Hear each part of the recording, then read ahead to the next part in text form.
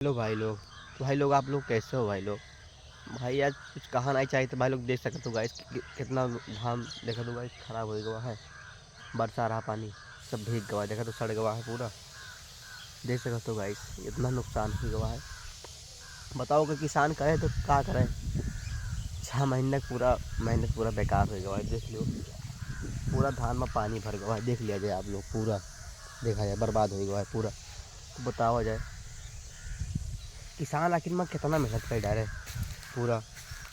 बताओ 4 बीघा हमार रहा हमारो पूरा 4 बीघा हम पानी भरा है। बताओ हम का करी।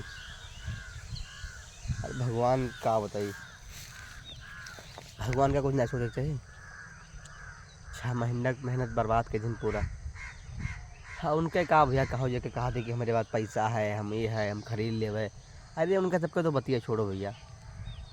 हमें सबसे पूछो कहा हमें सबके जिया बीतत हुई। साला 6 महीने की मेहनत बर्बाद हो गए पूरा। का बताइए भैया।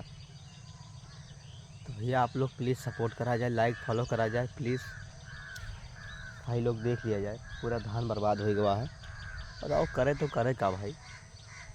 गरीबी में भाई और आटा गील होते भाई। भाई ये है कि भाई अगर अमीर कितना हो तो भाई अमीर के लगा उतना पैसा जाते भाई। और गरीब भाई चाहते कितना मेहनत कर रहे थे तो का सपोर्ट नहीं मिले थे भाई।